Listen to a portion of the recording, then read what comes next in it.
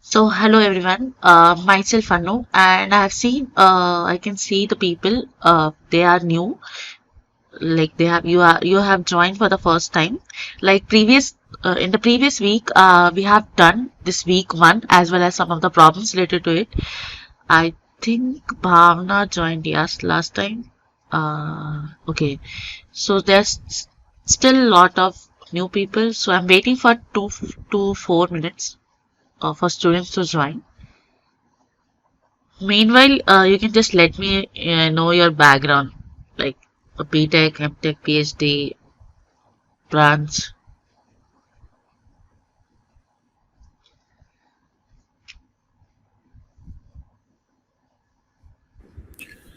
Ma'am, Yeah, here I'm is doing I'm doing MTech from IIT Kottayam. triple Uh, IT. Which Kottayam. okay, okay, Actually, I'm working for Vasul, so I'm doing that. I'm working for MTech. nice. Uh, yeah, Okay, so and what is your branch? cyber security. Okay, great. So, Bhavna, you have also joined for the first time, I guess. Can you tell me your background? Yes, ma'am. Good evening, ma'am. Yeah, yeah, yeah. Uh, yes, ma'am. I have completed MSc Mathematics last Great. year. Yes. Okay, nice, nice. MSc Mathematics. Okay, Ashanit, you also joined for the first time. Like last Yes, time, ma'am. you people did not get the link, I guess. But it's uploaded. The recording is uploaded in my YouTube channel. So I think you will be able to access that YouTube channel link. That last week was very very engaging. With the intuition on this. First of all, what is subspaces, vector spaces, and some of the examples. So, like these classes will be for 2 hours. The first hour will be on the basic concepts and everything. Then second hour will be solving 10 questions. So, I will be asking you people to solve, and then if we stuck anywhere, then we will be seeing solution, like option only solution. I will be helping it out, helping that problem to solve. So, this is a motto for this class. And even if you are not able to watch all the lectures of the week, you please join this live session, because live session is like you can interact directly one to one, and you will have the opportunity to ask questions whatever you will have. So yes, Bhavna, Ashnet. Yes, ma'am. I'm Ashnit Khandelwal. I'm pursuing my BTech second year in electrical engineering from IIT Roorkee. Oh, great to know. Nice, nice. You are studying at this age only. It's very good. Ganesh. Yes, ma'am. Yeah. Ma'am, I have completed my MSc from MSc in electronics last year. Okay, great, great, very good. And Guru Swami. Guru Swami.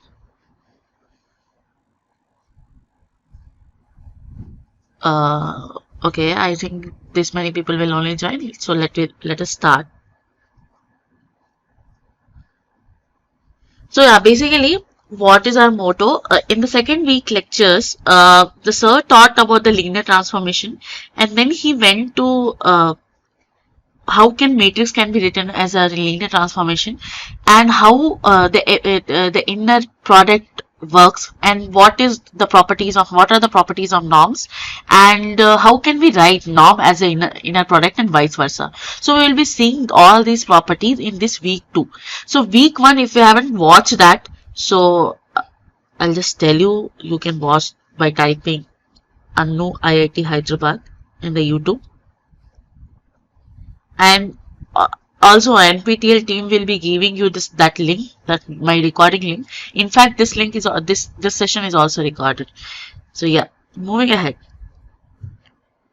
So what is a linear transformation? So basically, linear transformations is defined as a function from particular subspace of Rn. This we have seen in the last class. This Rn is always a vector space. Okay, so this vector space, and every vector space can also be called as subspaces. So this function is defined from Rn to R, which is having the special structure, which is vector space. So what the properties of this to be followed for the linear transformation? So linear transformation means this particular thing. If a function is defined from R into R, this property should be satisfied for for a function to be called as a linear transformation. So this alpha u plus beta v is equals to alpha fu plus beta fv. This is called principle of superposition. So if you have seen the first week lectures, so this alpha beta should always belongs to what? Field. Okay, so we have seen the property of field also. So field here by default in all the throughout the courses we will be assuming field as R. Okay, so this is written, any set is written as a subscript like this. This is not capital F like this. Okay, so we have assumed this as capital R.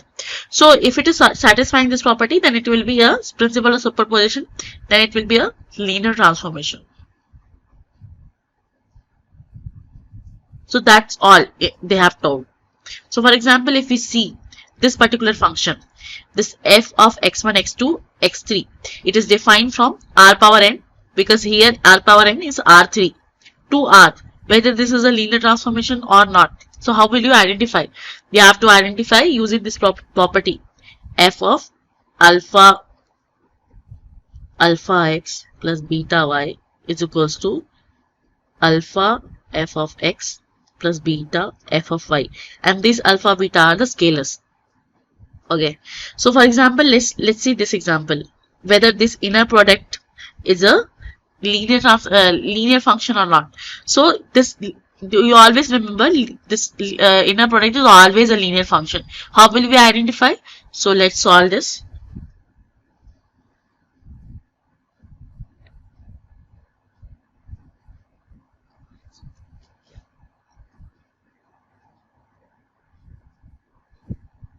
So if you can see, 1-2 question will definitely expect in the exam from this linear inner product. So inner product,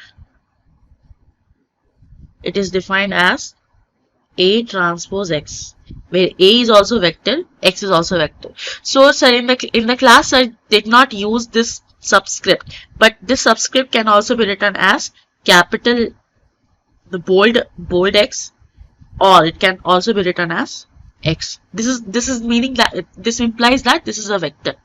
Okay, so this inner product, this is simply ai xi I equals to 1 to n.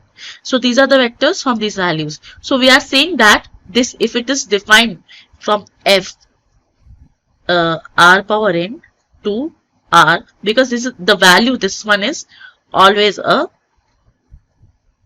scalar. So single value you are getting. So that's why the range is r, not r power n. Otherwise, if you are getting the values, then definitely it will be r power n. So if we define f of alpha x plus beta y, then what is this alpha f? This is f of x. Okay. So if we define, this will be alpha A transpose alpha x plus beta y. It will be f of, how you can write? You can write f of A transpose x plus A transpose beta y. Since this is following the decomposition property, so you can write this alpha as out.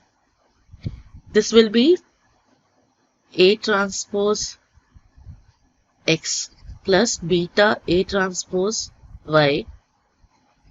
So you can write this alpha f of x plus beta, what I am trying to write, so sorry, this is okay, hope you understand. This is f of y. So what I am trying to write, first of all, we are taking as a RHS, this is RHS.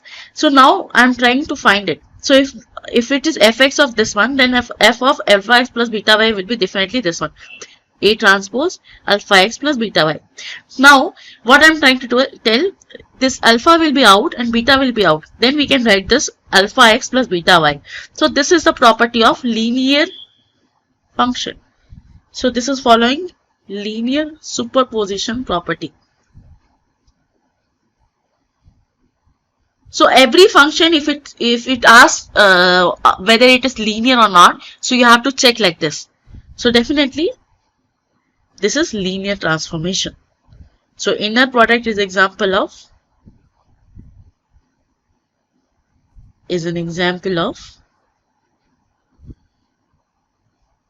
linear transformation. Okay. So moving ahead, what are the linear map or linear transformation? How you can tell? So suppose this is also called as linear map transformation of function. So let f defined from R into R be a function which satisfies the superposition principle. Then f is a linear function, as we have seen. Okay, so these are the property. You have to remember this. Fine. So we have seen this. This is a linear transformation. So every fixed vector in R power n will give rise to the linear transformation from R power n to R. Why we are studying only linear transformation? Because in practice, if you see the LTI system, I don't know whether you are from electronics background or not, I can see that. So that linear function, any system, for the sake of simplicity, we always find it that a linear property will help you to do the convolution, help you to do the multiplication, and various other properties like Fourier transform, Fourier series analysis easily. So that's why we are considering whether it is linear or not. So one of the main reasons. So if you see this particular thing, for example, f of f from R into R, f of v is equals to f of v1 to vn. This is vector. So this is this one. Okay. So sir is trying to write whether you can write or not. And one more thing, how you can write the sum of any vector. Suppose you have this vector and you want to write, this is v1, v2 till vn. So if you want to use this v1, v2 plus 2vn, this is sum. So you can also write 1 transpose v vector. How you can write? This is transpose how? This is one vector. So this is 1, 1, 1, 1, 1, 2n. This is v1, v2, 2vn. So these are some properties of inner product. So this is inner product of one vector with v vector. So we are trying to type. Okay, let's see this one. F defined from R power n to R. So if you are trying to do this max, whether this is linear function or not. So let us find using the property itself. So how you can find? This is alpha u vector plus beta v vector. Is it equal to alpha u vector plus beta fv vector? You have to check. So if we find this plus symbol, so let us say with one example, u is, let's say, -1 or 1. V is 1 or -1. So if you sum it, v plus u, it is 0 and 0. So what is the max of this? This max is 0. But if we individually sum, this max is 1. This max is also 1. So 1 plus 1 is not equal to 0. Okay, so that's why this is not a linear transformation. Okay, so max. So you can also see some of the example like mod, max, min are some non-linear transformation. Okay, these are some non-linear transformation. You have homework is to check that whether this is non-linear or not, min or non-linear or not. Okay, so you can check definitely. Now, whether the averaging is a linear function or not. So averaging is what? You are summing it and finally dividing to the number of the elements. So basically this you can write is as a linear. This is 1 transpose v n divided by n. So this is inner product divided by n. So anyway, you are dividing by the scalar. So the scalar multiplication or division will not affect the linearity. So this is example of linear transformation. You can just check. Okay. And whether this is linear map or not, this is also not linear map. Why? You can just see by one of the. So if you do this x, y, and if you try to find out mod of x plus mod of y, so how you can do this? This is how it looks, mod of x, mod of y. So basically, this is not a linear function. One of the basic thing of linear function is definitely that f of alpha beta plus beta, that property that we have seen as a linear transformation. But from the graph also you can see sometimes, since this is having the edges, also the 0 at 0 it is not equal to 0. So one of the property that linear is not this one.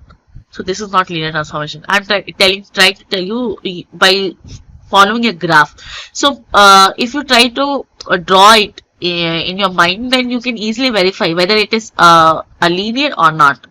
So yeah, so any function which can be written as an inner product can be a linear map. So one of my question is, how can you interpret it, matrix, whether matrix is a linear transformation or not? So matrix have the property of r power m cross n. Okay, so that r power n cross m, if you multiply with any vector, how it will be? So later we will find out in this lecture only. The matrix multiplication is actually the sum of all the inner products. So those transformation which can be written as an inner product, that all transformation are linear function or linear transformation. So that is a matrix is also one of the example of linear transformation. So what we have seen in all the computation that we have done, addition, subtraction, multiplication, division, all are made of all are constituting this inner product as well as matrix multiplication. So these transformation is actually a linear transformation. That's why one of the main reason that we study linear transformation, because in practice whatever we are trying to do is a part of linear transformation. Okay, so linear product representation of linear map from r power n to r. This is a linear map, and let us say this is a standard basis. In the last class I told always E1 is 1 0, E2 is 0 1. Okay, if it is in 2 cross 2. So if it is 3 cross 3, standard basis I am trying to tell. This is 1 0 0, E2 is 0 1 0, E3 is 0 0 1. Okay, so this is for 3 dimensional. Okay, so don't get confused with the different dimensions. So what we have identified, if it is a linear transformation, so any vector in the vector space can be written as a linear transformation of other vectors with some standard basis. So we have found in the last class that all the vectors which are linearly independent, they can be act as basis, right? So one of the basic example of linearly independent vectors are this one, standard basis. These are the linearly independent in nature. So I hope you remember the linear independent property. It is nothing but I'm just telling you verbally. What is that?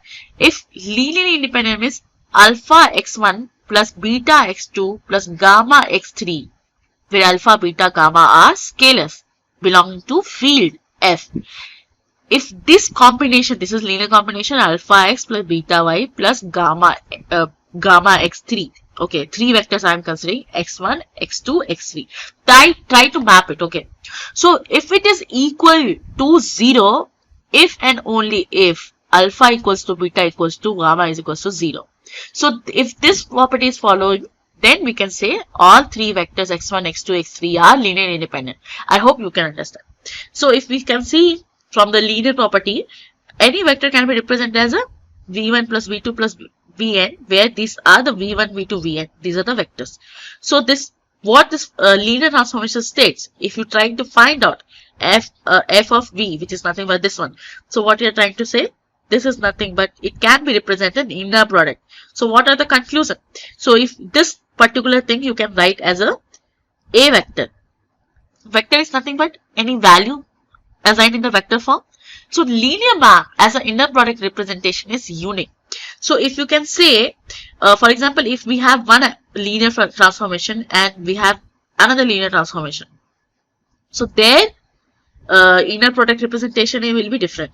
But if we have only one vector, x vector, okay, and you are trying to map it to a linear transformation, inner product, then their representation will always be unique. They cannot be any other existing b vector, a vector or c vector. So if you try to map this x vector to a linear inner product, then their transformation will be unique in the sense that there exists a unique vector, either A vector or B vector or C vector, that is making X vector to a inner product. So if we assume it is a different, let us start with the contrast. Let us assume this is a contrast. Since this is an inner product, this will be same.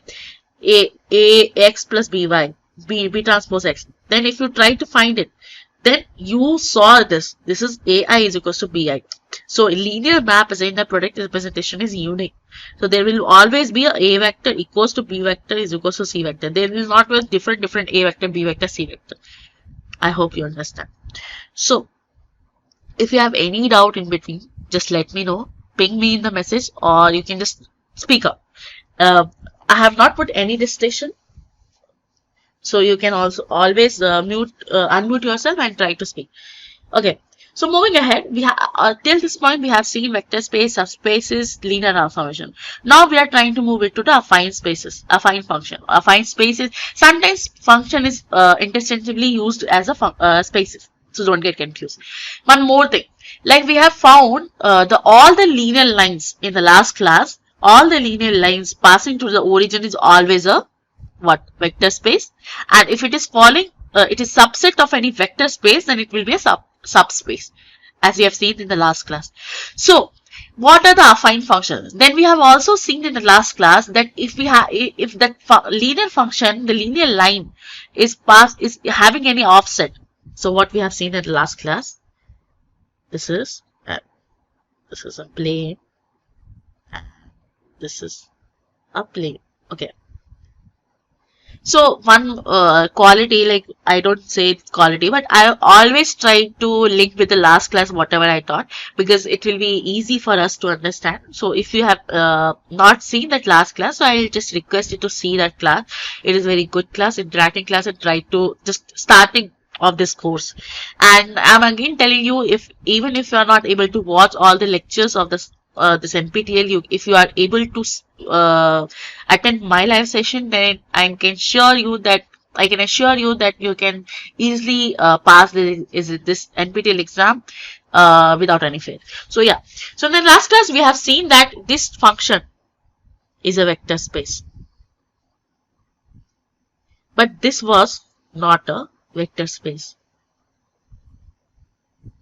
So vector space had the property of closure under multiplication and closure under closure under scalar multiplication and closure under vector addition. Okay, we have seen that.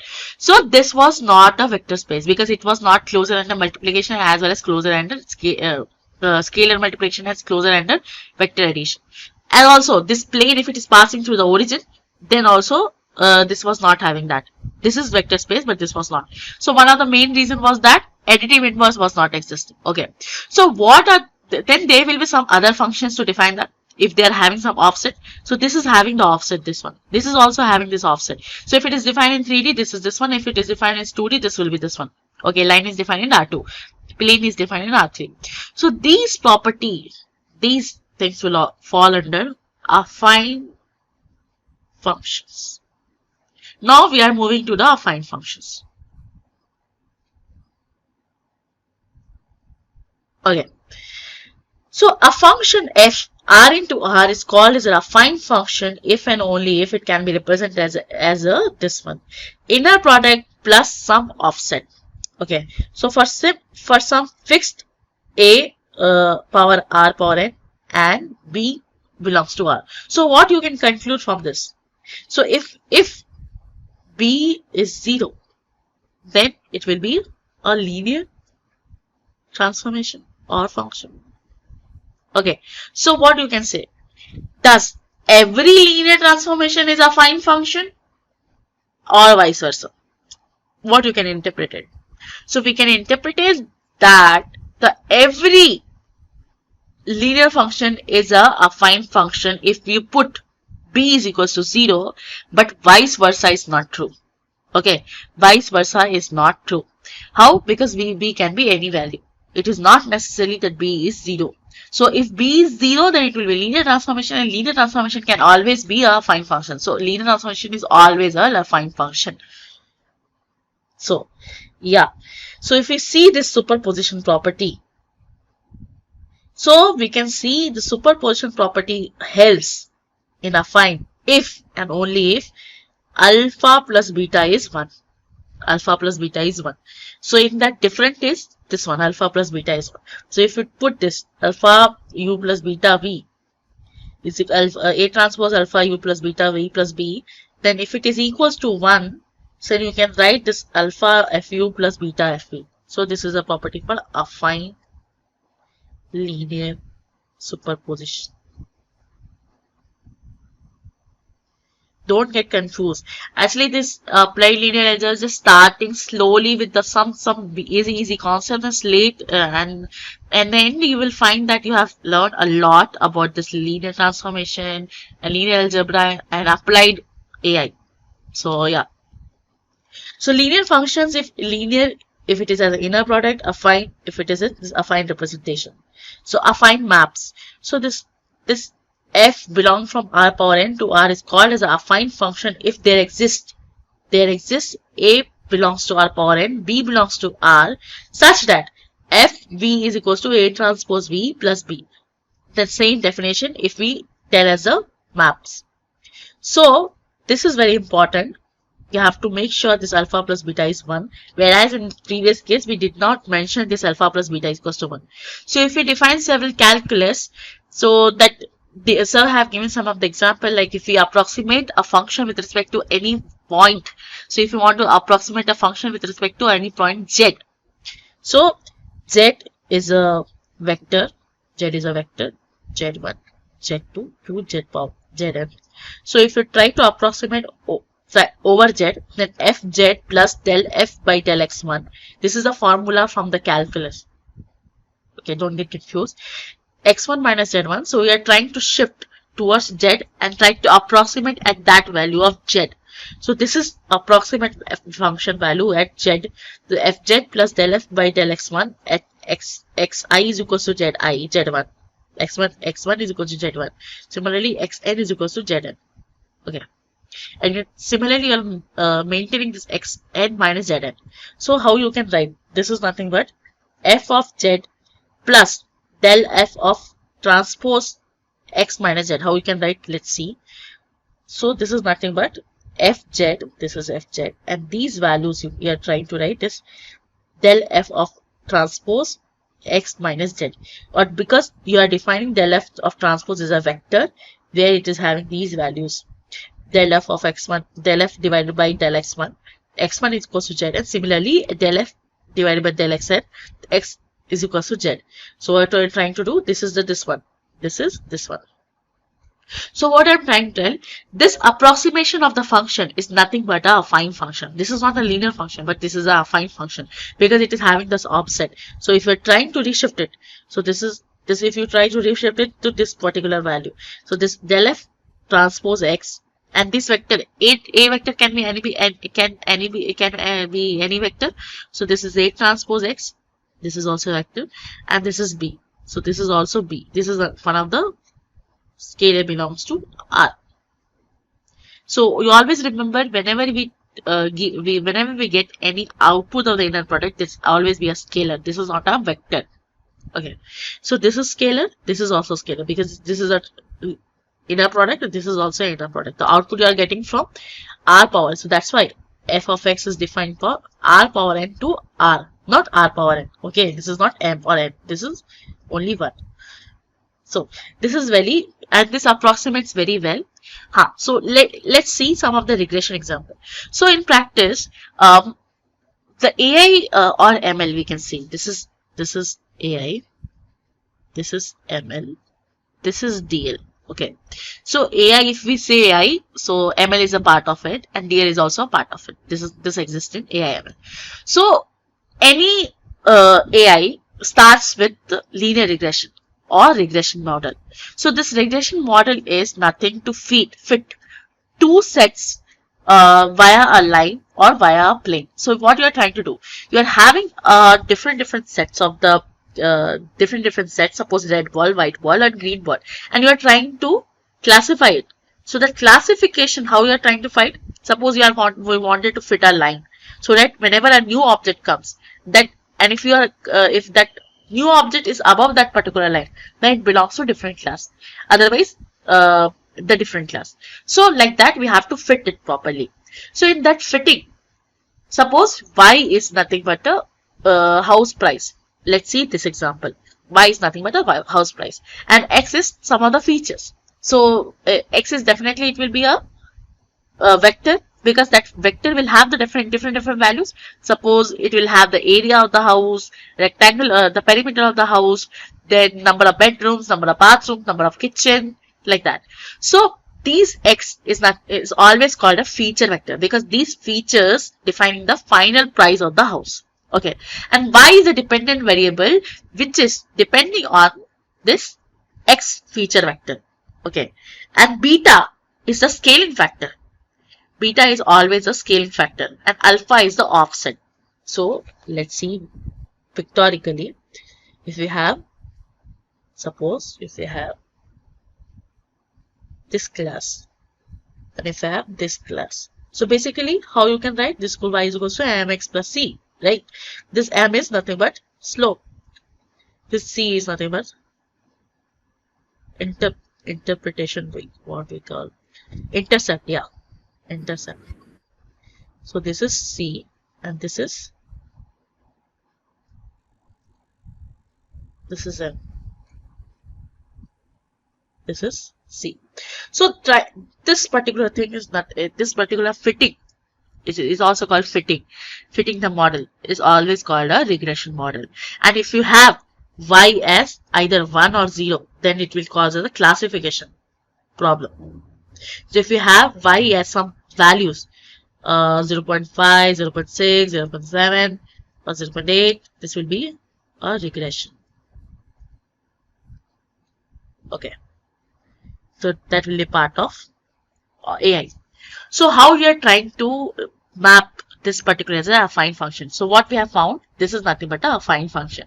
So sometimes in the interview also, you are asked to solve the problem of y is equals to mx plus c, and they told, they will ask whether this is a linear function or not. So you have to tell this is not a linear function due to c. Okay, due to c, it will not be linear function. And if c is equals to 0, then definitely it will be a linear function. Okay, so this is a linear function, and sorry, affine function, and so try to interpret this in the class. Now we are coming to the second half of the week, which is norm of the vectors. So 2 lectures only consist of the norm of the vectors and their properties. So we have seen several functions as well as some vector spaces, subspaces. Now we are coming to the norm. So what is norm? So norm is nothing but a function defined from r power n to r. So if it satisfies these properties. So some of the things that you have to remember, the properties. Like what is vector space? Their properties. What is subspace? Their properties. What is affine function? Their properties. And what are the matrices? Their properties. Similarly, what are the norms and what their properties? So any function which satisfy these properties will be called as a norm. It is not necessarily, I am telling you again, it is not necessarily that norm is this one. 2 norm. X transpose X. It is not necessarily that norm is P norm. This is nothing but P plus X1 plus X2 P. This is so on 1 by. So any function that will satisfy these properties will be norm. It can be a f of g multiplication. Will satisfy these properties will be norm. So we have seen that the multiplication of the two orthogonal functions is also called as a norm. Is also norm function. So what are the properties? First of all, it should satisfy non-negative property. What it says, that if a mod of x is greater than 0, then it is defined for all of x belongs to r power n. This implies if and only if x is equals to 0. This is positive definiteness. So norm is, say this is second, this is third. Okay, so norm is, it should be always greater than or equal to 0. Second is, if it is 0, then definitely if it is there individual values is 0, then only it will be 0. And third property is absolute non-negativity. It means that if it is multiplied with any scalar, then that scalar can come outside and their absolute value can be taken. If this is equals, then it will be absolute non-negativity. And fourth one is triangle inequality. Okay, so these are the properties, and in the few pages you will see that sir try to prove the properties. Okay, so this is the equilibrium norm. So we have to state whether this is a norm or not. So what are the properties of norm? We have to satisfy. So this is equal, always greater than or equal to 0. This is satisfying. Second is also satisfying. If it is equal to this particular value is equal to 0, then it means that the individual x vector should always be equal to 0. Okay. The third property is what? Scalar multiplication. This is also satisfying.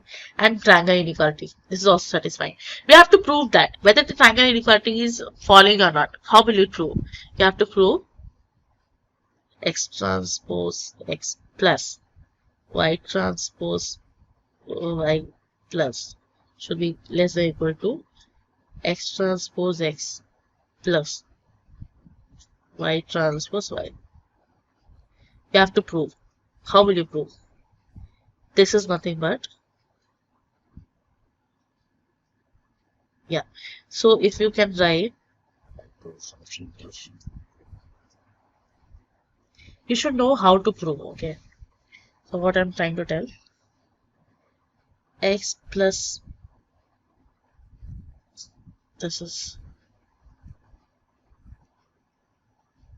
should be less than or equals to plus y. Okay. So yeah, so let us take LHS.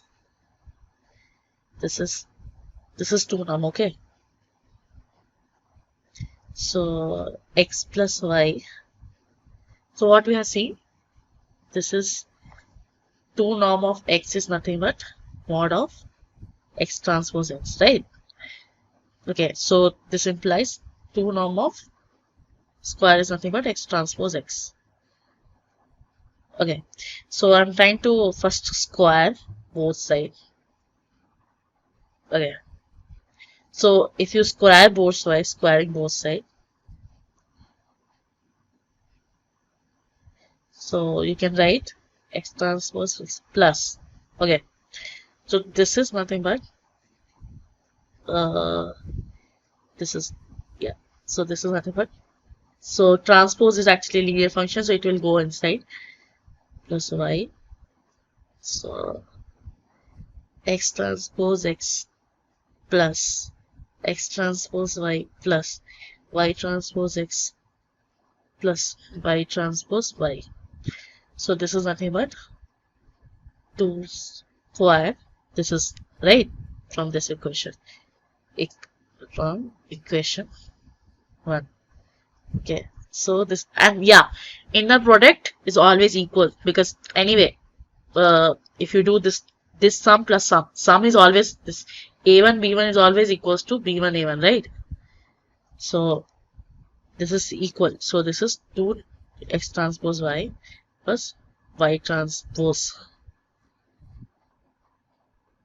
Okay. So yeah. So what it is? So what we're trying to do from Cauchy-Schwarz inequality. Cauchy-Schwarz inequality. The inner product of two vectors. The inner product of two vectors, their mod is always, this is mod. Okay. Mod is different from norm. Mod is different from norm. It's always less than or equals to individual norm. So inner product is always less than or equals to individual norm. So what it means? It means that x transpose y is less than or equals to mod of norm of x and y. Okay. So putting in equation number 2 from 3. From 3 in 2. So what it means? This is LHS mod of square plus 2 transpose y plus this square. Okay. So this means that should be from 3, it should be less than or equals to 2 square plus 2 mod of x mod of y plus mod of y square should be less than or equals to norm of x plus norm of y square. Okay, we proved it. This is nothing but RHS. LHS equals to RHS. So this thing, Cauchy-Schwarz inequality, sir has proved in the class. Again, I'll go through this. So this is a triangle inequality. Okay. So you should know the proof.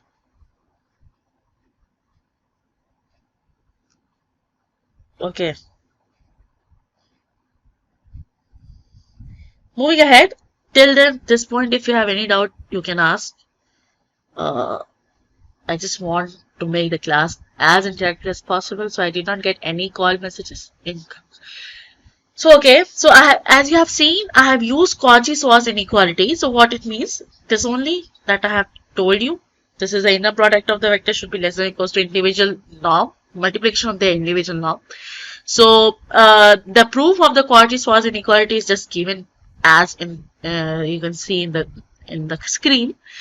If you put alpha is equals to norm of, yeah ma'am, last step in previous slide. Okay, so this is what, how you get confused in equal to or less than equals to. This is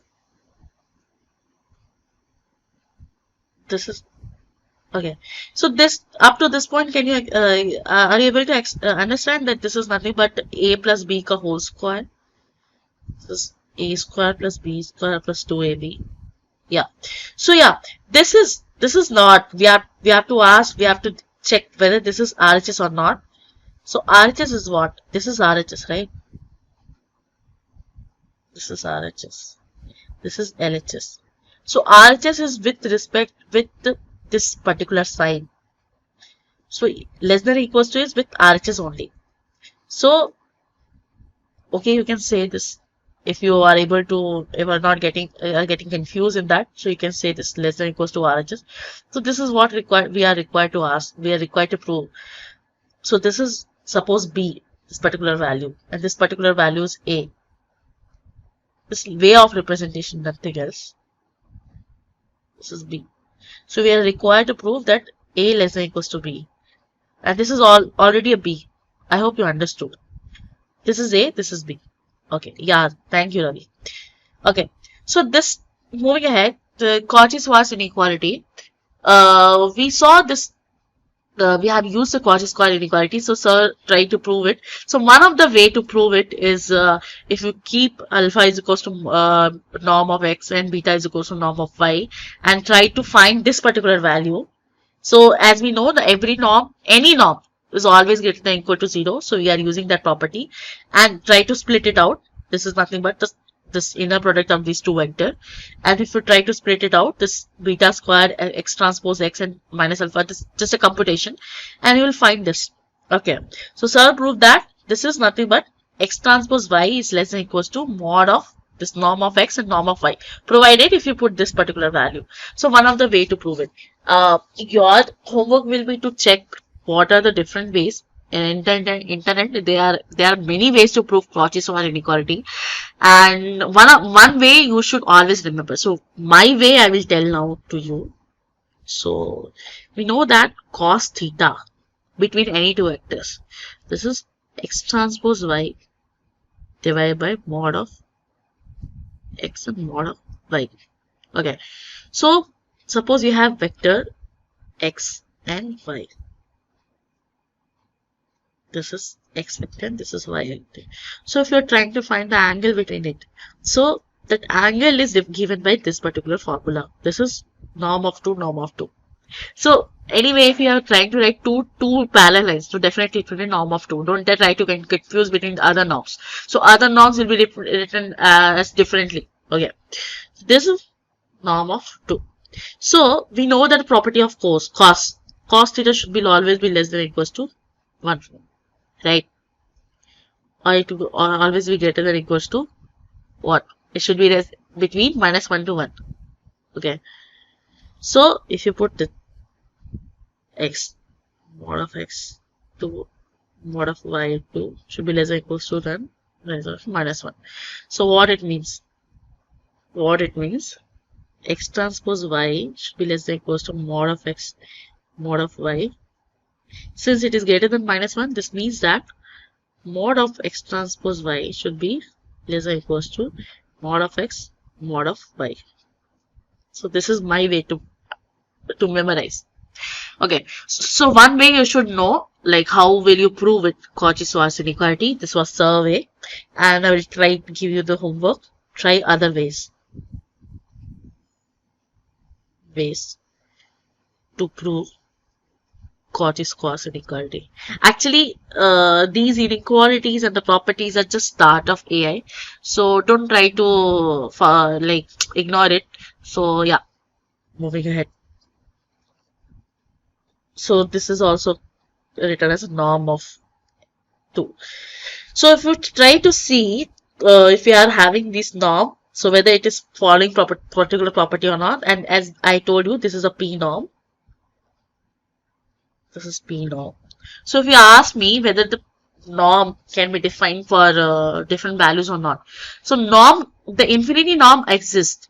Zero norm doesn't exist. You always say zero norm doesn't exist. Infinity norms exist. One norm is also exists, and zero norm also exists, but this is not this will not be a linear function. So I'll tell you, if we have infinity norm, so infinity norm is nothing but max of x1, x2 to xn, and zero norm is number of non-zero elements. So if we try to draw it, so how the 2 norm, so you can see I'll draw. So if you play with the drawing, you can easily remember, and don't try. I will not forget it any time in the future. I'll take a different color. So yeah, take a different color.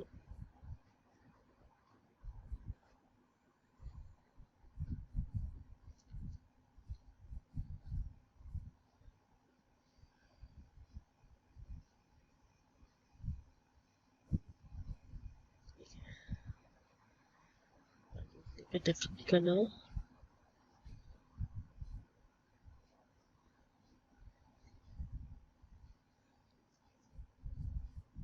Okay, so we can see this particular red color norm is nothing but 2 norm. This norm is nothing but 1 norm. This particular norm is nothing but infinity norm. So what you can interpret it from this? This is x1, this is y, this is x2, let's say. So if you define 2 norm, this is nothing but mod of x1 square plus x2 square. So if you define 1 norm, nothing but x plus x2. Find infinity norm, max of x1 and x2. So what you can define from the norm? Higher norm like in 3. Yeah. It can also be defined. What is the meaning of higher norm like 3 and 4? One norm has the mod to value has distance from 2. So what can you explain? Yes. Yeah, I'm going to that forms. You need different norms. Why do we need different norms? Yes. Yeah. The norm has physical interpretation. Why we need different types of norms? This is one of the basic thing. Okay. So as we all know that 2 norm is defined for find the similarity between 2 vectors or the distance between 2 vectors or any similarity we can say. Okay. As we are telling that in fact the cost value is also defined by divided by 2 norm, right? For trying to find a similarity. Okay. So what is the use of 1 norm? What is the use of infinity norm? Okay. So as we can see from the figure, this infinity norm is nothing but the maximum of the two values. Okay. So whenever the maximum of the any vector values are required, then there the infinity norm is used. Why we are using norm only? Because norm will be used as a linear transformation, and it can be written in the product and it will have the properties. Okay, so norms is a linear transformation. So that's why infinity norm is used. So 1 norm, why the 1 norm is required? Okay, so you can see from the figure, this is following the edges. Okay, so if we have the particular non-continuous value solution as solution, then there we will use as a n1 norm. So your homework will be to see regularization. Okay, so there people are not only focusing on L2 norm, but plus L1 norm. We will definitely see in this course the application of L1 norm, L2 norm, or L infinity norm. There we will convert the particular function from L1 to L2, and we will find the convex optimization there. So there we will be seeing the application of this L1, L2, and L infinity norm in AIML. Basically, it is used for the optimization to find the problem, to find the solutions. So for example, you can see this L1 norm. So here it is following this edges properties. Okay, it is having the solution at the edges, whereas L2 norm doesn't have. Okay, so whenever we require the edges solution, we will use L1 norm instead of L2 norm, where L2 norm fails. Okay, so that one is called as L1 regularization, where you regulate with respect to L1 norm. Wherever the L2 norm regularization is required, there we call it as L2 norm regularization. So this is the application. And if you see what is L3, L4, L5 looks like, so it will be middle, it will be here in between. So it will be here.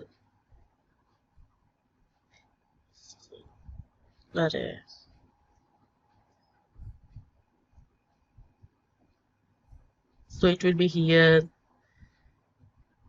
L2. L2 is this. L3 is this. L4 is this. L5 is this. And if you make it till infinity, infinity, infinity, infinity, it will be like this. Anyway, it will be here, here, here, here, here, here. So many forms are existing. So that's why I try to make it graphically. I hope you understood. And in future, we will be seeing their application with the help of problems, by solving the problems. So don't worry about that. Also, we can see from here. So this was taxi cab distance. Yeah. So if we are having two taxis, taxi and cab, so we're trying to find in the road like this. And if the taxi is here and the cab is here, then you are trying to make a common distance here, suppose a point, let's say some points. Okay. So try to, with every ui and vi taxi in vector u and vector v, you're trying to find this as a L1 norm instead of L2 norm because of this thing. This property is existing. Edges. In L2 you don't have edges. So this gives more bias. Okay, I don't know whether you know about biasing or not, but yeah, we will be seeing that. So distance between vectors, this is a 2 norm distance, and this is also taxi cab distance is formulated as a L1 norm. Okay. So yeah, angle between the vectors we have seen, this is an inverse cosine that exists between 0 to pi. And we have seen that this u transpose v is 0 if these vectors are orthogonal perpendicular and this on the same line. We are trying to make it whether this u vector and v vector will what will be the properties of these vectors if we try to formulate as an angle between two vectors. So let's say if we're trying to find the angle between these two vectors in R2. Okay. So if angle between these two vectors is this one, so this particular distance, what are the distance traveled from u vector to v vector in R2? R2 means in this circle only, right? So in what are the distance that it traversed between in that particular circle? So this particular value is given by angle or similarity between these two vectors. Sometimes we call it as similarity, and cosine angle is always used as a similarity calculation in AIML. Okay, so sir also have written this, like what is the point that it travels from x vector to y vector. So now we will be going to the computational complexity. So what is computational complexity? The number of additions and multiplications required to do any operation is called the computational multiplexity. The computational complexity, sorry. So if you try to find out the inner product, so what are the computational complexity you will require? So inner product is nothing but x1 y1 plus x2 y2 so on xn yn, right? So if you see how many multiplication, this is an n multiplication. How many addition? Multiplication. How many addition? N minus 1. So yeah, very good. So it will be n plus n minus 1. This is nothing but 2n minus 1. This is the computational complexity, as you might have seen in your computer science or any other things. So similarly, if you try to calculate for, or we always say this is a floating point operations, because floating point operations is nothing but additions or multiplications. So don't try to get confused. So okay, so whether if we see some other things, like similarly we have seen this one, we have proved it also. So what will the computation multiplexity for the norm? What will the computation multiplexity for the angle? Angle calculation of many things. So if you see matrix vector multiplication, so this is what C1, C2, Cn. So what will the computation of multiplicities? So you can see these are the inner products.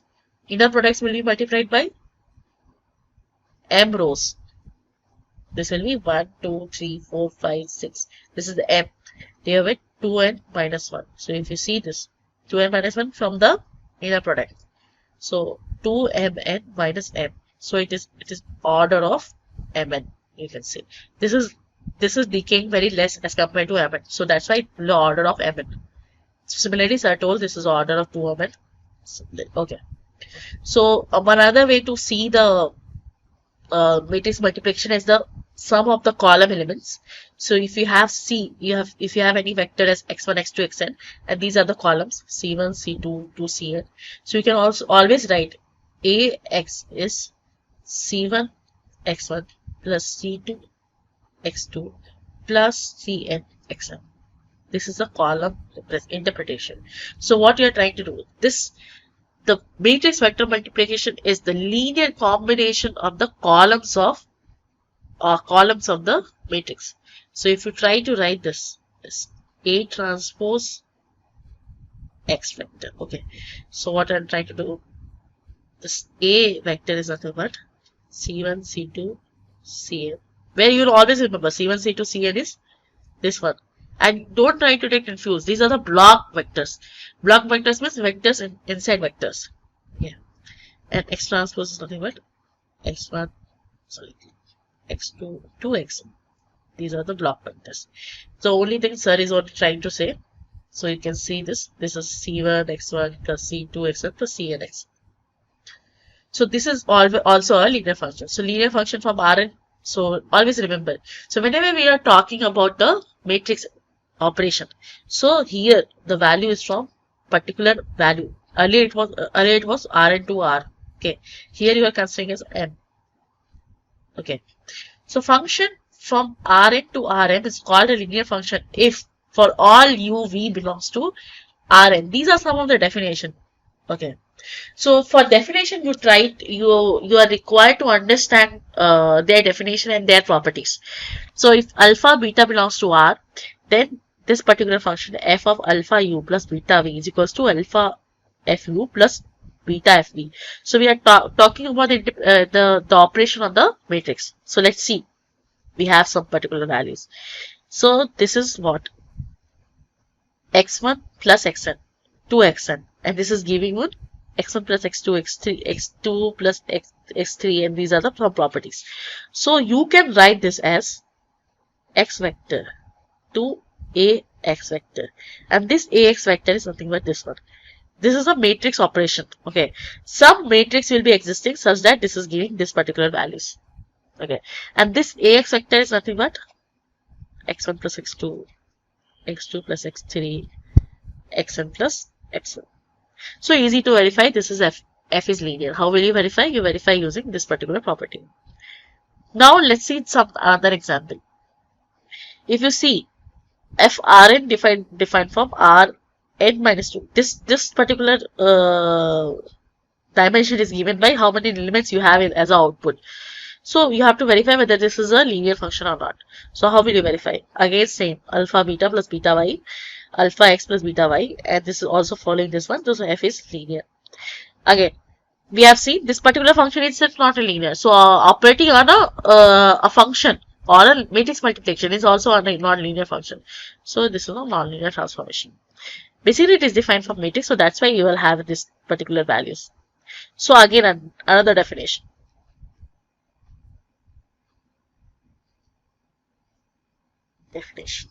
So let A belongs to m power n, m cross n. So this is a matrix defined from this one, fx, ax. So all those examples that we have seen, this is an example of this ax only. Okay, if it is following this particular property, then definitely this is a linear transformation. A you have to multiply. That's the similar set of definitions only sir is repeating them in the classes. So if you are trying to map from the previous understanding, then it will be easy for you to understand. So the question arises, can every linear transformation be represented as a vector matrix vector multiplication? So if you are telling that this is a linear transformation, so can you write that every linear transformation as a vector matrix multiplication? So answer is yes. Answer is yes. Then only you can tell whether this is a linear transformation or not. So again sir is trying to prove using a standard basis vector that I told you in the class. This is a standard basis vector. So we can see if any vector is belongs to R power n, then it can be written as a linear combination of that standard basis vectors. Since that the standard basis vectors are linearly independent, so their linear combination will be unique, and so we can write as a linear combination of standard basis vectors. So if you define f as from Rn to R power n be any function, so this is this one. So what we are trying to prove, this is simple a linear transformation of vector matrix multiplication. So now we are trying to understand two important subspaces.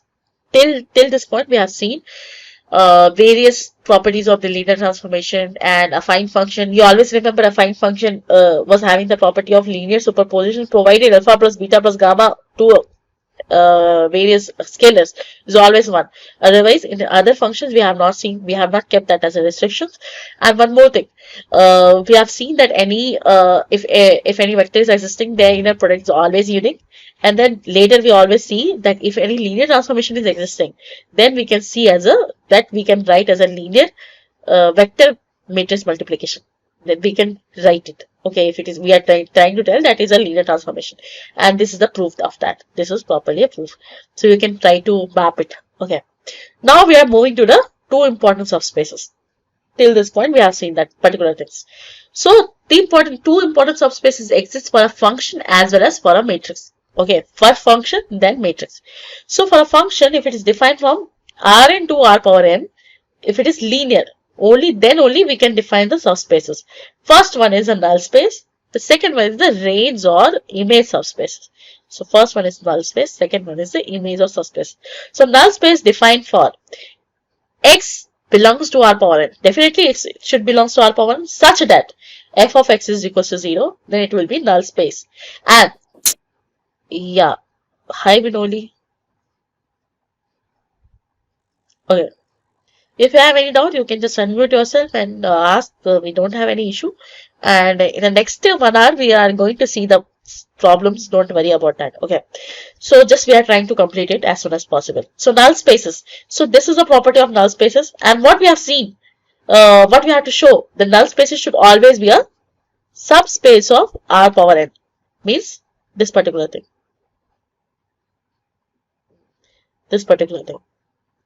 And range space or image space, it means that the set of y belongs to R power m such that there exists x belongs to R power n such that f of x equals to y. This is nothing but the image or range spaces. So we are claiming this is a subspace of R power n, and range space a subspace of R power n. Image space, null space is always a subspace of R power n. I hope you know subspaces and vector space. So what is that? Subspace and vector space should have the property of closure under vector addition and closure under scalar multiplication. Okay, and it should have unique additive inverse and unique negative additive inverse. Okay, so yeah, if you have seen, you can prove it from the previous classes.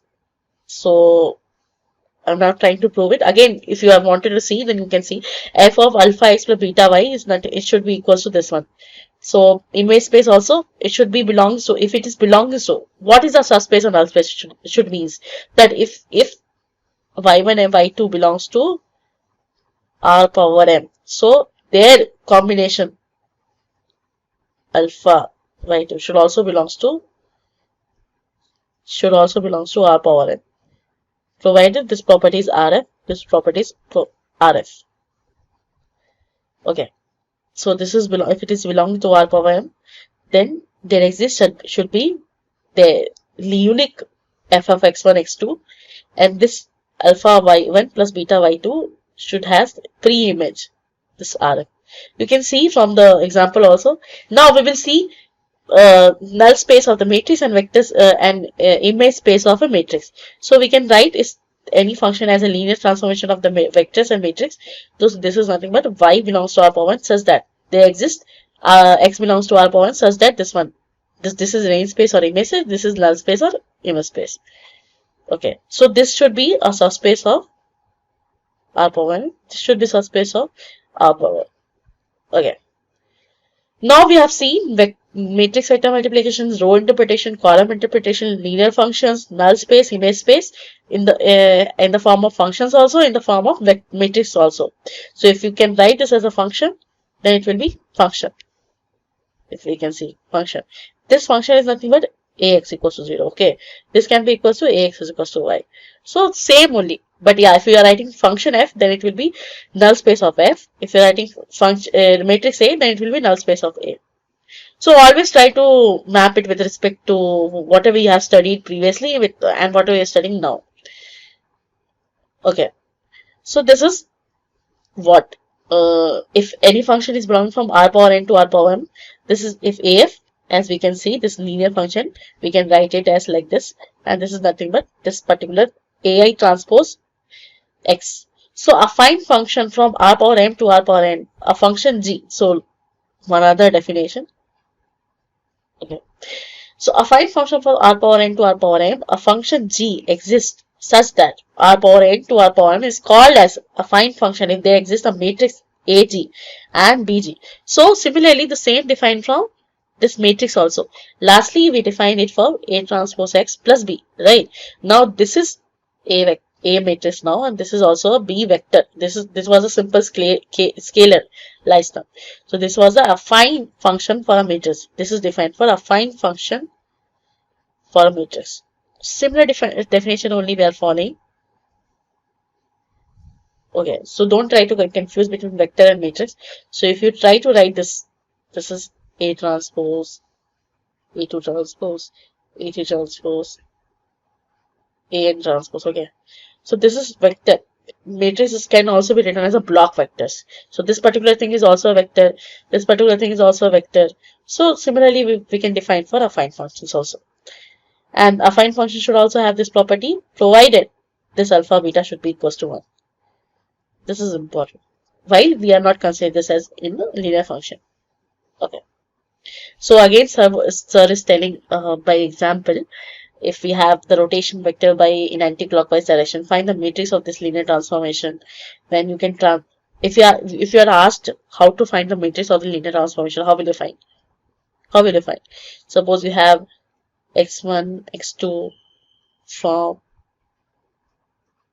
2, x1 plus x2, x3 plus x1. Okay, this is x1 plus x1, let us say. So how will you define? If you write, you can write x1 plus x2 is equals to this particular values k1, k2, k3, k4. This will be, sorry, this will be x1 plus x2. This will be x1 plus x1. This will be some a value plus x1 plus x2. Okay, so what should be the dimension of this matrix? The dimension should be 2 cross 2. So let us say a, b, c, d, x1 plus x2. So you have to find x1 plus a, b, c, d values using this particular thing. So how will you find? This will be causing two equations and two unknowns. Okay, so you have to find it. Even if you have two more unknowns, you can just assume such that it follows this particular property, particular equations. So this is nothing but a linear transformation. Okay, so we had some of the, so rotation action doesn't change the length of the vector. So let's see some of the more example. How many pages left? Yeah, 4 pages only. This is the last lecture. Okay, find the matrix of this linear transformation. You can find it easily. How will you find? This is f of e1 plus f of e2 x2, then af of x1. So suppose we have e1, this one, r cos theta sin theta. A of e1 can be cos theta sin theta, f of e1. So length of e1 is a e1 is nothing but length of e1. Okay, so if you similarly a of e2 you will find, and this can be written as a function of e2. So if we're trying to find the rotation matrix, so this is nothing but cos theta minus sin theta, cos theta. This is a very well-known rotation matrix. So what the property we will see? The rotation action doesn't change the length of the vector. So even if you're rotating any with any angle, so even if you try to find the length of the vector, how will you find? Using the Euclidean norm. So Euclidean norm we are trying to find, and that rotation doesn't cause you the change. Okay, reflection. Again, we can see the reflection through a line making an angle, the positive line through which we want to reflect. If you want to have the reflection, suppose E1 is a vector and you want to multiply with any matrix such that the reflection, you will have the proper reflection. Reflection means this particular line should be same and this particular line should be same. How will you write? So length of E1 should be same. The length of E1 should be same. This one. So this a theta 1 theta E1, a E1 should be equals to cos, suppose 2 theta, sin 2 theta. Okay, this is the output. How will you find the input? So using this particular property, a of E2 is equals to mod of E2. So you will find sin pi plus 2 theta, cos pi plus 2 theta. A of et is nothing but sin 2 theta, cos 2 theta. So rotating 2 theta in clockwise direction, matrix of the reflection action through a line passing through the action origin will have the positive way. This is the reflector matrix. So basically what I'm trying to tell, this may be very fast because I have to solve the questions. If you have the input and output and you will have some other properties. Suppose the norm doesn't changes. Okay, and also the distance is same. So if the distance is same, you try to map it with particular equation and try to find out the values of the equations.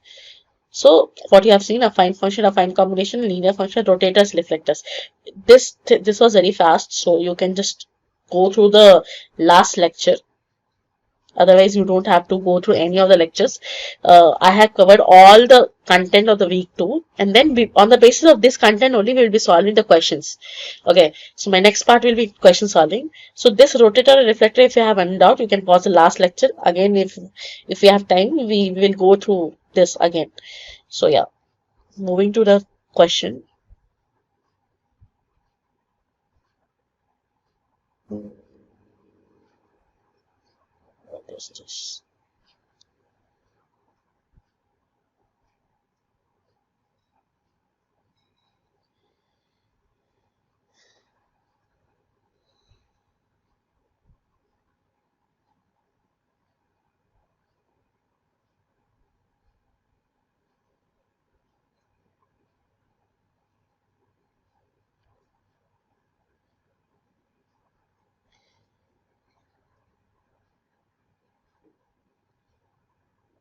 vectors.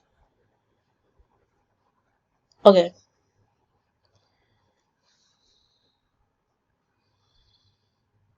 So let us solve this problem. So I just want your analysis first, then just give yourself 2 minutes time and try to solve this. Whether you are able to solve or not, just let me know, and then we will be solving the problem in this class. So 2 minutes for all. So this, I am telling you again, this problem solving session should be very, very, very interactive. So if you have any doubt in between, just let me know.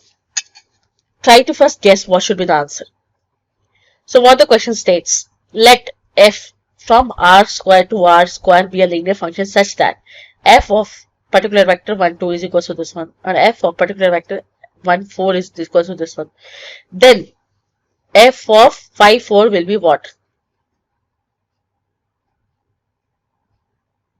So one hint, try to find the matrix A. Okay, matrix A. So give me the value of matrix A. This is nothing but f is nothing but x vector 2 ax. Okay. Try to find this matrix A. Oh. So answer is C. Okay, but try to find the matrix A. Yes, ma'am. That only I'm trying. Yeah. Okay. Sure.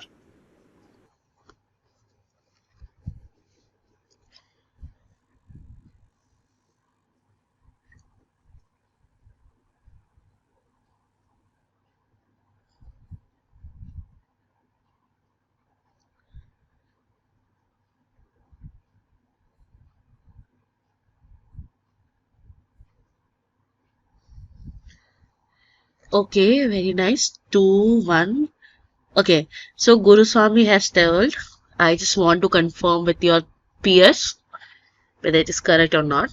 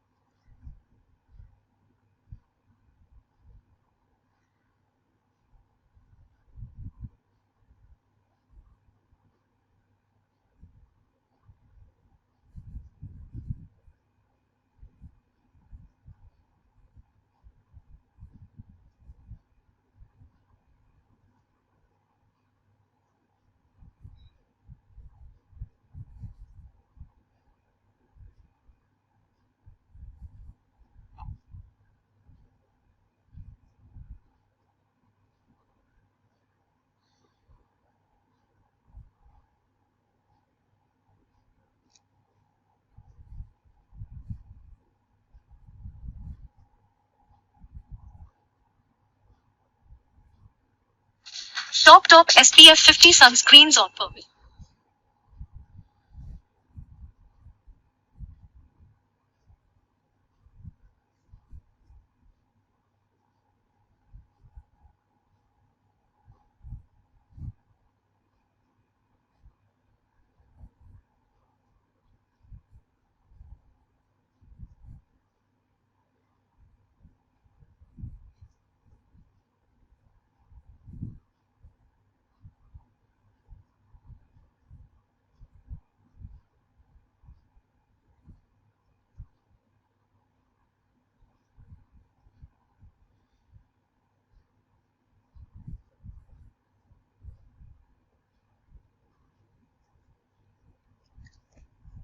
Okay, one of your friend has told this 2, 1, minus 1, 2. Can you please confirm anyone else? Ravi, Ganesh, Hiraj, I can see many participants. I just want my class to be very interactive. So yeah.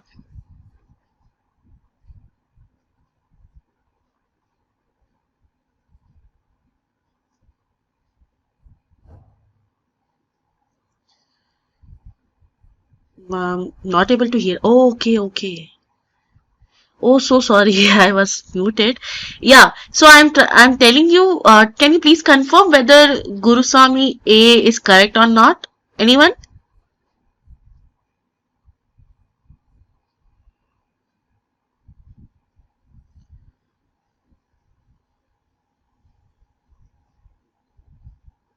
So everyone is telling different marks. Let's see. 0, 1, minus 5, 4. So Guruswami has told 2, 1, second one correct. Okay. So anyone having problem in solving this particular problem? How to solve this one? Anyone have? Yes, ma'am. Can you please explain? Yeah, sure.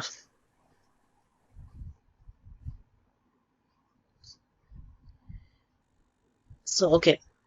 So, first equation we'll see 2, 3, A, B, C, D. This is 1, 2. Okay. How you can write this equation like this, okay?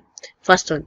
Because it is giving as output as 2, 3 and input as A, B, C, D. Since this is a linear function, so from the classes we can see this we can write extra x vector to AX. Okay. So if you try to solve this, 2 is equals to A plus 2B, whereas 3 is equals to C plus 2D. This is equation number 1, this is equation number 2. Now, let's write this one.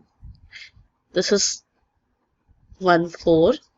This is A, B, C, D. This is 0, 1. So, this is B. 1 is equals to B. And 4 is equals to D. Okay, so I think, yeah, 1 is equals to B, 4 is equals to D. Now putting these values, 2 is equals to A plus 2. Okay, so A is equals to 0.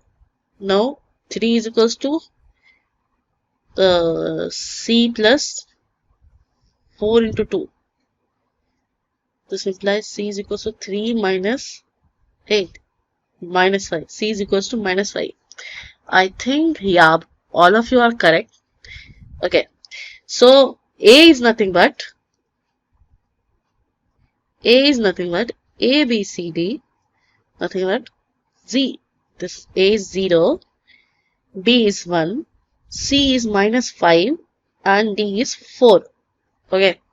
Now if you try to find this 4, 5, 5, 4. So 5, 4 is nothing but AX. So this is 0, 1, minus 5, 4, 5, 4.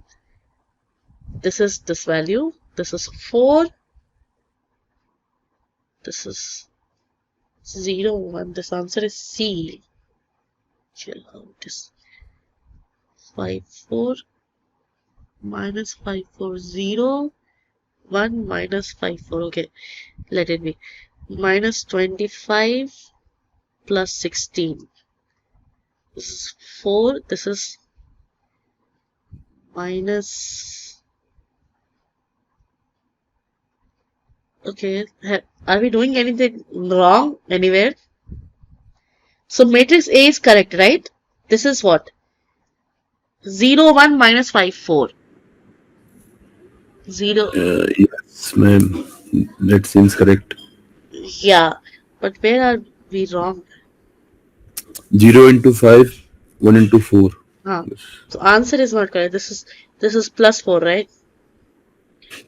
Plus 4, and then also the other one also is 9, ma'am. Then if you see. Yeah, this is a last year problem, so there are some typos also. So don't worry if it is not following the option. Okay, so what it is? This is nothing but 4, and this is minus 25, 16, so 9. Okay, minus 9, right? Yes, ma'am. So this is, yeah, this is minus 4 and minus 9. So answer should be 4 and minus 9. Yeah. Yes. So it is 4 and minus 9. Don't go with the answer, but try to find how to solve this problem. There were some typos, so don't worry about the problem, the solutions. I hope this is clear. I think who asked? Radhika, it is clear, right? Yes, ma'am. Yeah. Very clear. Yeah. Thank you, ma'am. Okay, so moving ahead. Which of the following statements is true? Okay. Tell me. Write your answer in the chat box. Take your time, write your answer.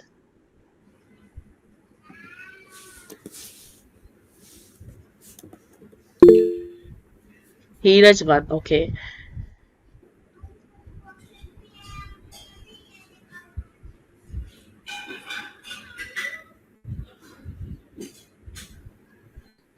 D. A. Okay.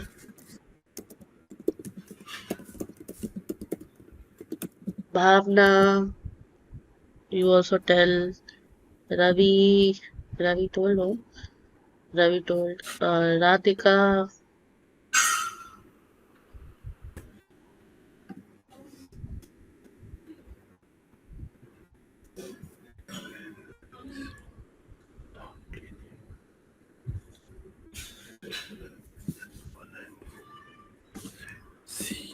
Ganesh. Heeraj C. So I can see Heeraj is telling C, both 1 and 4. Ravi is stating the answer to B. And Guru Swami is telling D. Okay. Madam, initially I suggest in the options, the letter I seen that there is the combinations are also there. Okay. So I changed 1 to C. 1. So to C, yeah. What about option C? No one is telling C, only Heeraj.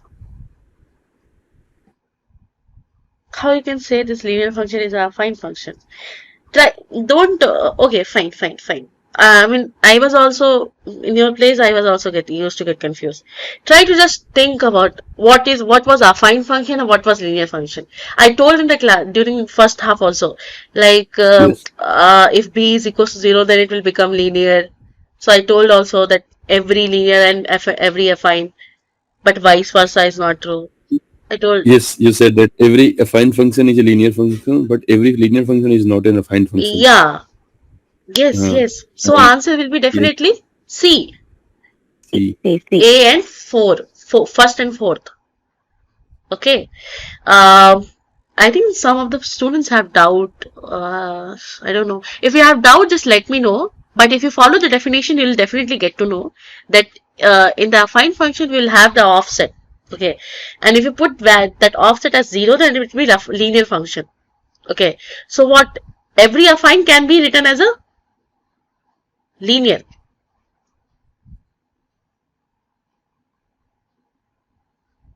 So sorry, opposite is true. Every linear function is a affine function, every affine linear function is not affine. Affine answer is D. Oh, sorry. Okay. So I told this D, this one is correct and this one is correct. Why? Because this A transpose X plus B. Okay. I read it oppositely, sorry. So what I told, this is a affine function. So this is a affine function. So every linear function can be written. So linear function is this one. Okay. So this can be written as 0 plus 0. Okay. So this linear function, every linear is affine. But I remember I told like that only. Every linear is affine, but every affine is not linear. Why? Because you cannot ensure that B is always equals to 0. So because every affine function can not be written as a linear. I hope this is clear. So answer is D. This one. This two. Who told D? I just want to know the name. Bhavna. And Gulshan. Okay. Ma'am, but I think in class you said the other way. I'll go to the class. I remember I should not have told like that.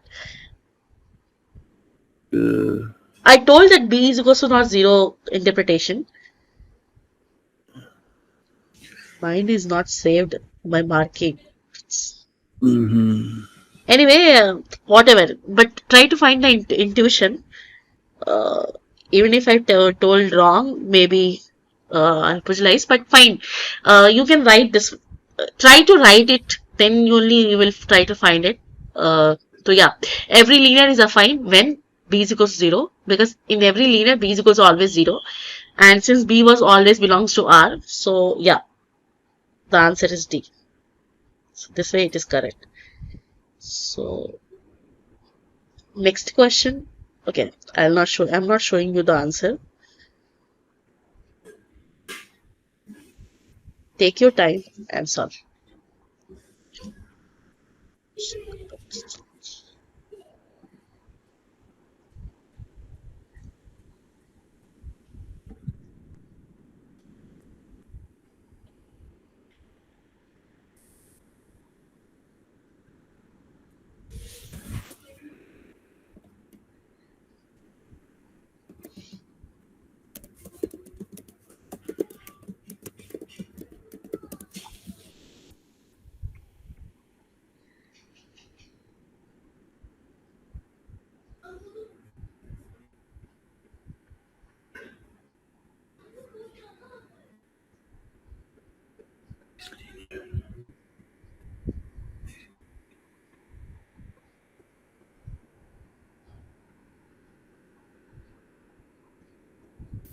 So the following is a linear transformation. You have to just check.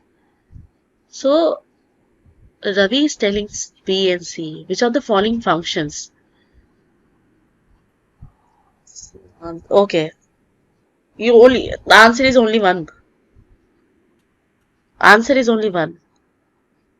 Either A, B, C, D.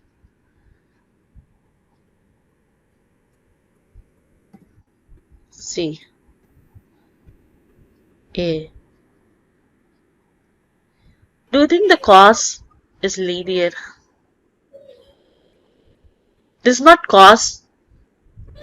It is we are doing cos over any vector value. This will definitely not a linear function. So sorry. Answer visible. This is not a linear function, and you are forcing this cos over any particular thing. Then again, it is not linear. This is only just making it Straight away. this is linear. This is not linear. You can find it with finding the value of A. Okay, and again following the property of A f of alpha x plus beta y, it should be equals to alpha f of x plus beta f of y. This will definitely not follow. It will be cube. So beta cube, and inside it will not be cube. So this will not be following. Again, this will not following, because cos of x plus y is not equals to cos of x plus cos of y. Okay, this is not following. This is definitely not following because this is offset. This will be affine.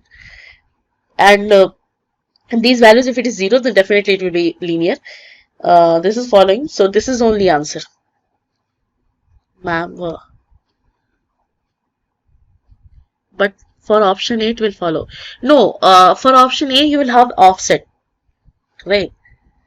Suppose you can write this f of x1, x2 is equals to 2 plus x1 plus 3 plus x2. So it can be written as ax plus b. This will be b. B value definitely will get. So b should be 0 for a linear function. It will be affine but not a linear. I hope it is clear.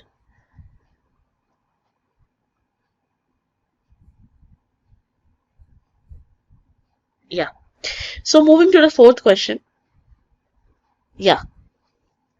I am not telling you the answer. Option D. Yes. Find the value of x.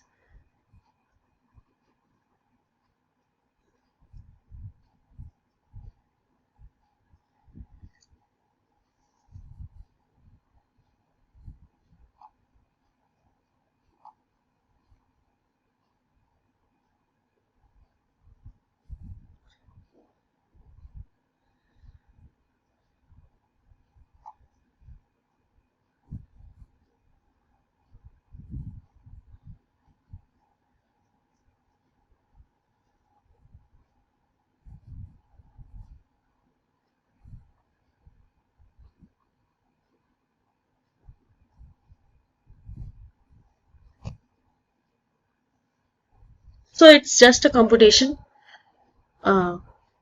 Someone told -1 4. Okay. Bhavna, Hiraj, nice, nice. Answer is C. Okay, I'll wait for 1 more minute.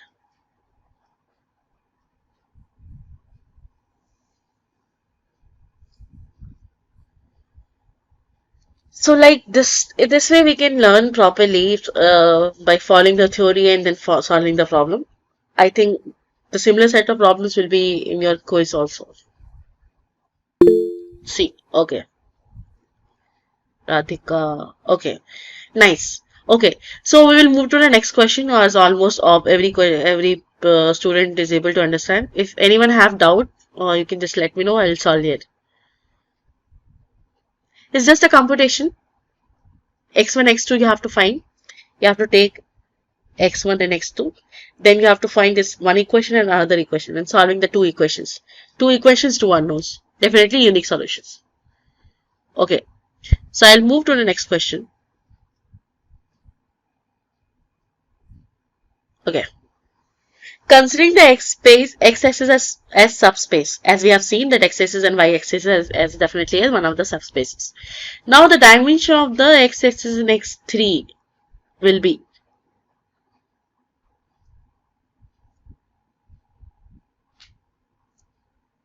what should be the dimension of x space? Okay, Ravi is telling 3. Any other guesses?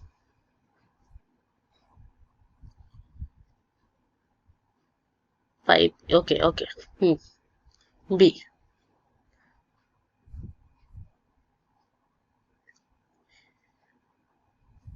Okay, Radhika is also telling B. Anyone else? So, from the property of subspaces, the subspaces property should follow that it should be subset of a particular vector space. So, since this is a subspace of R3, okay, who's telling what? Bhavna, okay. Dimension doesn't mean that a non-zero values. Okay.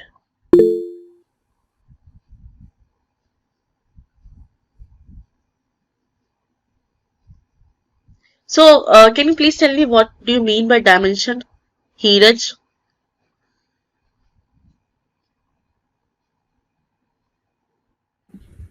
Dimension. Yeah.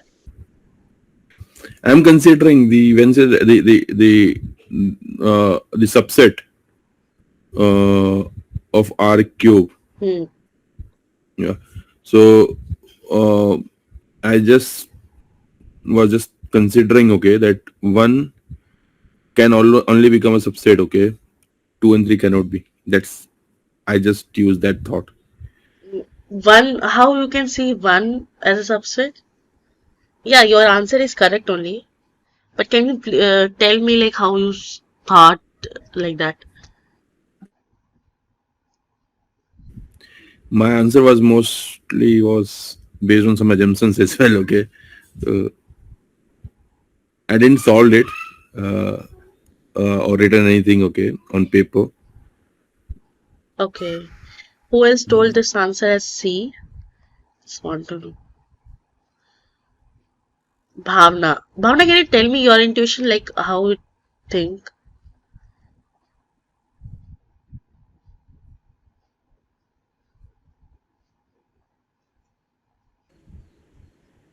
Ma'am, means dimension means that linear independent vector that can span that x-axis. So linear independent, one yeah, zero true. The linear independent, okay. So dimension means what? 1000, right? 100. You thought. yes, ma'am. Well, Ma'am, that means ki x-axis is a subspace of R cube. 1, 0, 0. This vector can generate the x-axis. As x-axis is a, matlab that set is a subspace of R cube. Yeah. So this x-axis is nothing but 100. yes. Yeah. So only one value is non-zero. So on that basis, it is telling us 1. So if you see the values, the number of entries should be 3 only. as I felt. The axis is subspace of R3. You can add linear multiples of any two vectors. So that linear multiples will be only on one dimensions, like alpha x plus beta y. So only one dimension is changing. So in that case, you can see this as a one thing. In the next class, I will tell you again because I'm also not sure. But yeah, dimension is one only. Because dimension is one in the sense that you are only changing this one direction. This is also a standard basis. Standard basis. Any other intuition like Bhavna and Hirish?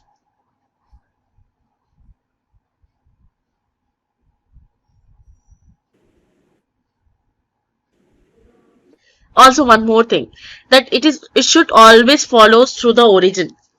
So axis is always following through the origin. That is for sure. Okay, we will leave this question for now. We will see in the next class. Okay, moving to the next question. Yeah, so this is only the calculation. I just want answer. Cosine angle between the vectors. This is a cos inverse inner product and divided by mod of u and v. Don't hesitate to solve, but yeah, please try to solve and tell me the answer. Ma'am, but 1 should belongs to R3. Number of linear independent vector dimension. Number of linearly independent vector dimension.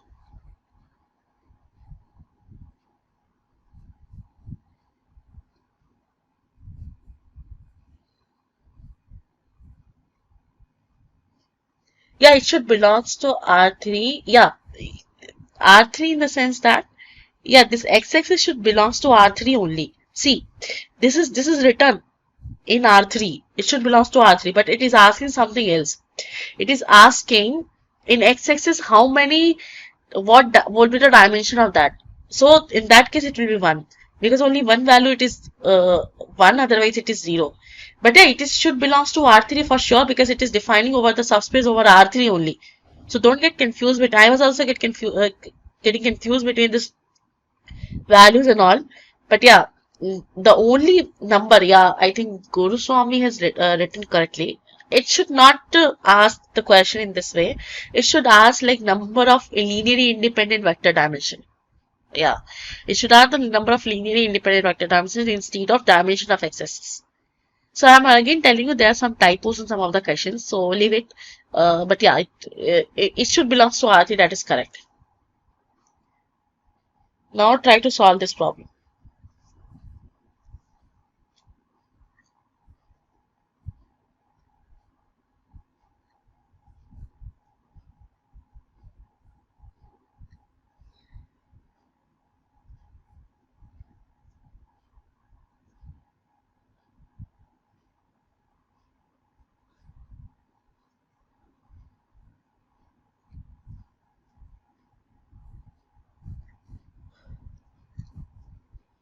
Okay, Guru Swami has told this B. B. Anyone else? I'll again go to the question number 5 then.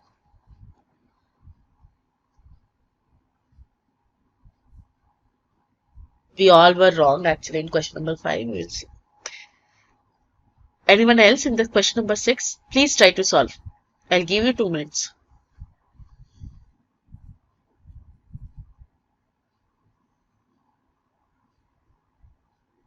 Okay, he does also told this B. Okay, so we can see this answer is B. Let's solve. The answer is also following. So yeah, coming to the question number 5. Sorry, this subspace of x-axis. Subspace of x-axis is nothing but 0. Subspace of x-axis is nothing but 0. That's why it is written as 1. The R3 will have subspace as 0. Means subspace can be of any dimension. So dimensions of these plus subspace will be lines through the origin, then planes through the origin. Okay. So this x-axis will have the subspace as this one, 0.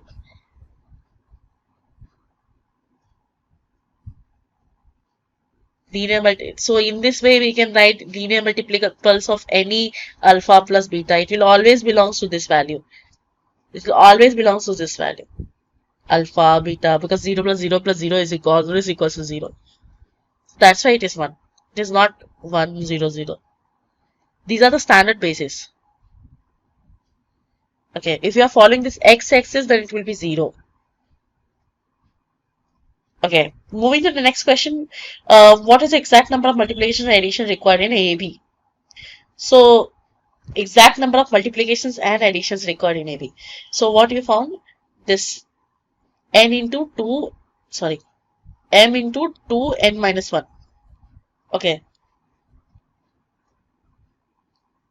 Number of multiplication and additions required. Try to solve. How will you solve? We found this as a total number of multiplication and additions. So if you found how many additions will be n minus 1 into m. So n minus 1 into m.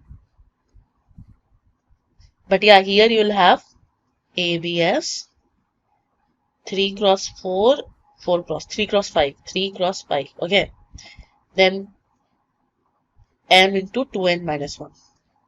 So m is 3, 2 into 5 minus 1. This is 3, 10 minus 1. Am I doing somewhere wrong? Multiplication, addition, regarding multiplication of AB. That was the only answer.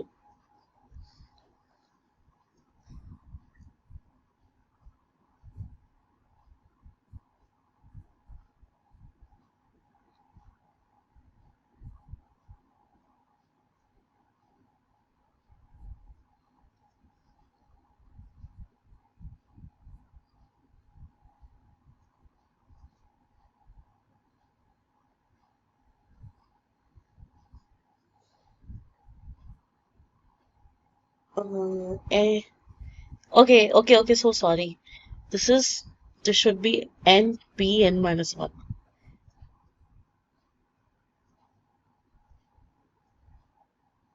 So yeah, this is n minus 1. What is the exact number of multiplication and addition required in multiplication of AB? So we have to found it. Like this is A11, A12, A21, A22. So this is, if it is B11, B12, B21, B22.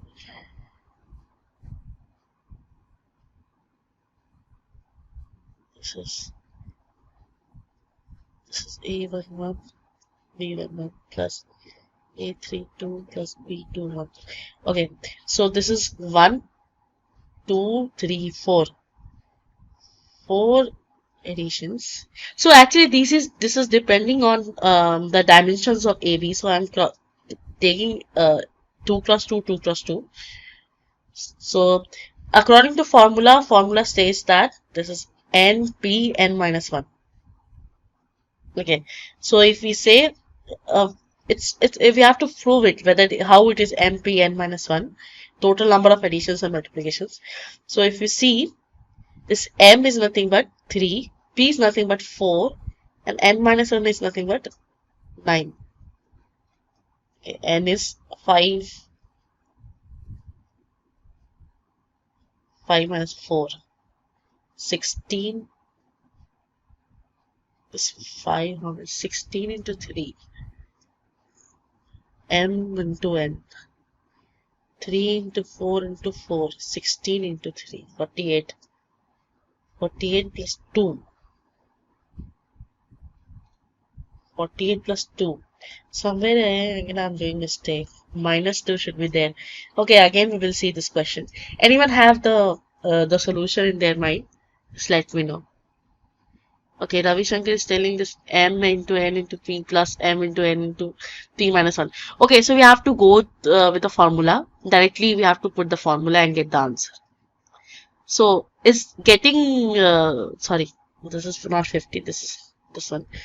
If we are putting the exact values of that, this m and p in that, are we getting b as an option? Okay, Ravi. Fine. So this is a formula. Please remember m into n into p plus m into n into p minus 1. Okay. So yeah. So number of multiplications is m into n into p, or number of additions is m into n into p minus 1. Okay. So I also don't remember the formula, so I did the mistake. Okay. Moving to the next question. If A belongs to this particular is the full column rank matrix, then find the dimension of null space. So null space should be always the subspace of R22.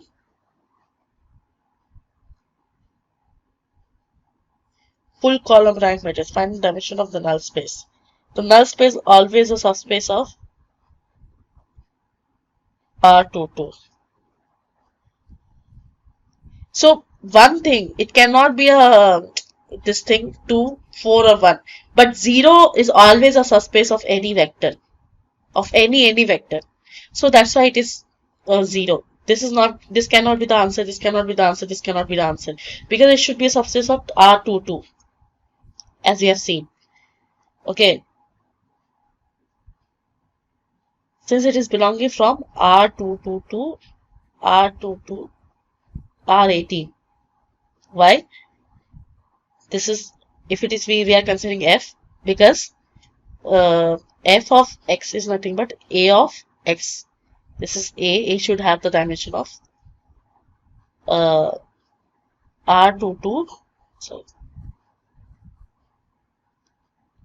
R22 into R18 X power. So that's why you are getting as R18. A 0 is always a subspace or vector space of anything, because then only we can say that additive inverse exists. Should always be any vector space. Yeah, 0 vector should always belongs to any vector space. Yes. So that's why. Here also, this question number 5. Initially, I was getting confused. But 0 is only 1. This particular x-axis we can write is a 0. That's why we are telling this as a one dimension. And this, you remember this formula.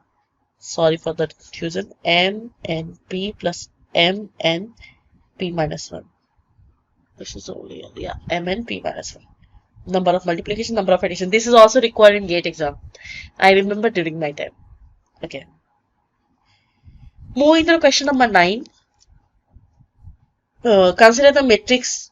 This one. This is a rotation matrix in 3D. And rotating around x-axis. Okay. So A will induce the linear transformation from R3 to R3. A will induce linear transformation of R3 to R2. Is the orthogonal matrix.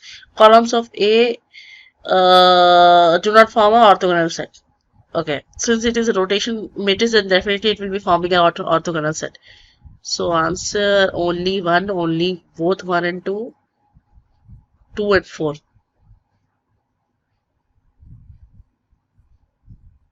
So answer 2, 1 and 3. Do not form is wrong. It should form. Okay. A is orthogonal. Right. Okay. A is orthogonal. How it is orthogonal? Orthogonal means what? What is orthogonal matrix? Can anyone tell me? Matrix. This is the inner product. Okay. Yes. A transpose A is equals to A transpose is equals to A transpose A is equals to A transpose equals to 1. This means this is orthogonal matrix, and every rotation matrix is a orthogonal matrix. Okay, so this is correct. A will induce linear transformation from R3 to R2. Definitely not. That's we have seen that if we are following the circle, then if these two vectors, then we are following this as in R2 only, not changing the dimension. So definitely this is not correct, but this is correct. So answer C, 1 and 3. Okay, I hope this is clear. This is a very simple problem. If you want to check orthogonal property, this is a property for orthogonal matrix. And yeah, so if you have any doubt in any question, just let me know. Yeah, this is last problem for this class. Try to solve.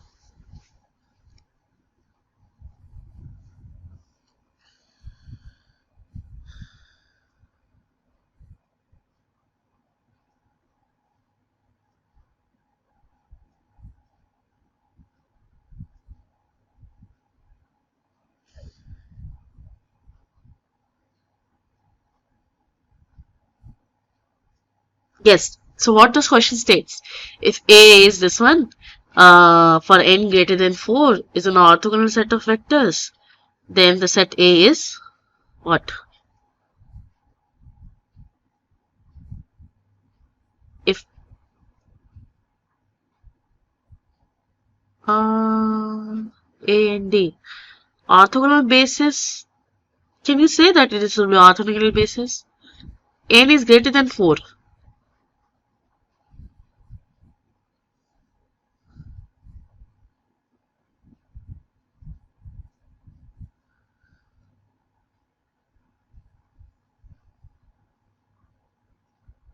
So yeah, if it is any subset of R power n and you are telling this as a orthogonal matrix or orthogonal sets. So orthogonal sets have the property of linearly independent. So linearly independent you can say, but you can't say this is an orthogonal basis.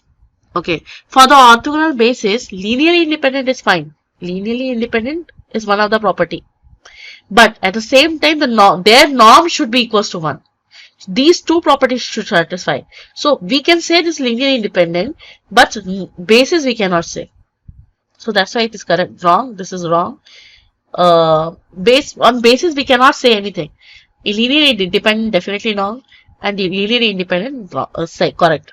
So in orthogonal sets, all the orthogonal sets, even in fact if you try to solve this one, you can have the homework A transpose A and A transpose. Why it is same is equals to 1. This means that their norm of every vector, norm of vector is equals to 1.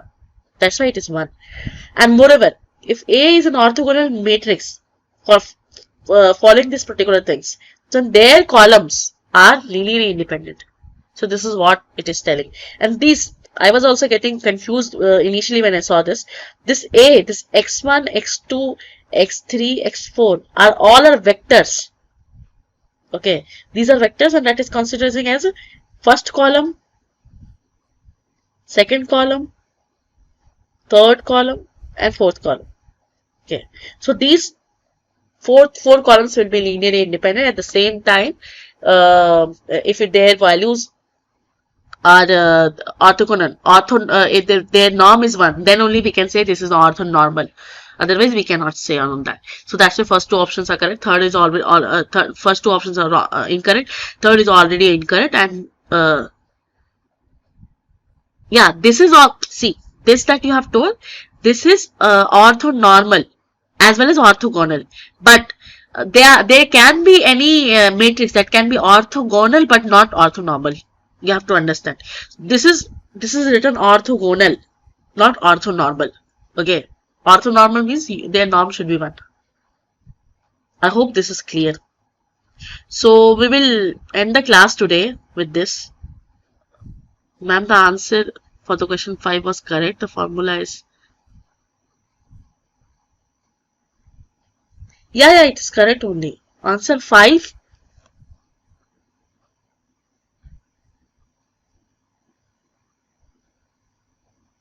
Sorry, 7. Yeah, it is correct. Yeah, it is correct. Everything is correct except 1. Except 1. Everything is correct. This one is also correct.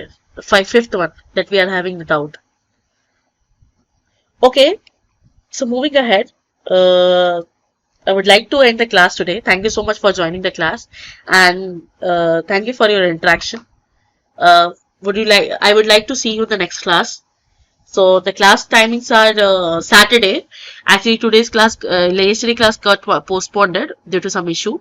So yeah, so every Saturday 6 to 8, I would like to welcome you in that classes. So yeah, thank you so much. Yeah, thank you so much for joining. Yeah.